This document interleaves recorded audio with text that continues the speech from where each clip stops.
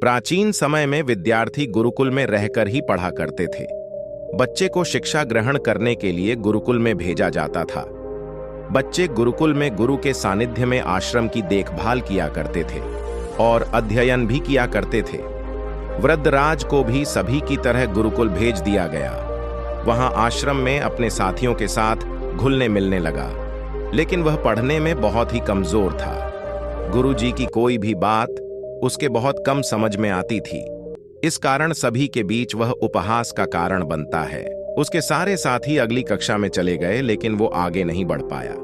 गुरुजी जी ने भी आखिर हार मानकर उसे बोला, बेटा वृद्धराज, मैंने सारे प्रयास करके देख लिए हैं। अब यही उचित होगा कि तुम यहां अपना समय बर्बाद मत करो। अपने घर चले जाओ और घर वालों की काम में मदद करो।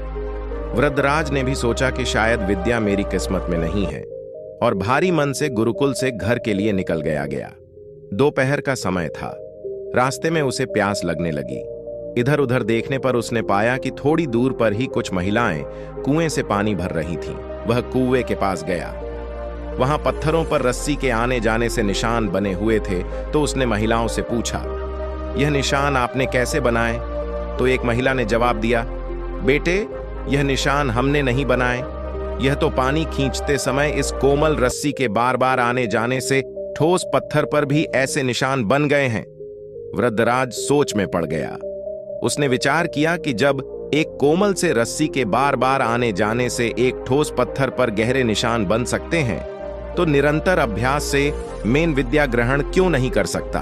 वृद्धराज ढेर सारे उत्साह के साथ वापस गुरुकुल आया और अथक कड़ी मेहनत की। गुरुजी ने भी खुश होकर भरपूर सहयोग किया। कुछ ही सालों बाद यही मंद बुद्धि बालक वृद्धराज आगे चलकर संस्कृत व्याकरण का महान विद्वान बना, जिसने लघु सिद्धांत कौमुदी, मध्य सिद्धांत कौमुदी, सार सिद्धांत कौमुदी, गीर्वाणपद मंजरी की रचना की। इस कहानी से हमने क्या सीखा दोस्तों? अभ्यास की शक्ति का तो कहना ही क्या है। यह आपके हर सपने को पूरा करेगी। अभ्यास बहुत जरूरी है, चाहे वो खेल में हो या पढ़ाई में या किसी और चीज में। बिना अभ्यास के आप सफल नहीं हो सकते हो। अगर आप बिना अभ्यास के केवल किस्मत के भरोसे बैठे रहोगे, तो आखिर में आपको पछतावे के सिवा और कुछ हाथ नहीं लगेगा। इसलिए अभ्यास के साथ धैर्य, परिश्रम और लगन रखकर आप अपनी मंजिल को पाने के लिए जुट जाएं। यदि आपको कहानी पसंद आई हो, तो वीडियो को लाइक और कमेंट में कुछ अवश्य लिख दें, ताकि YouTube हमारी वीडियो जरूरतमंद लोगों को सजेस्ट कर सके। धन्यवाद।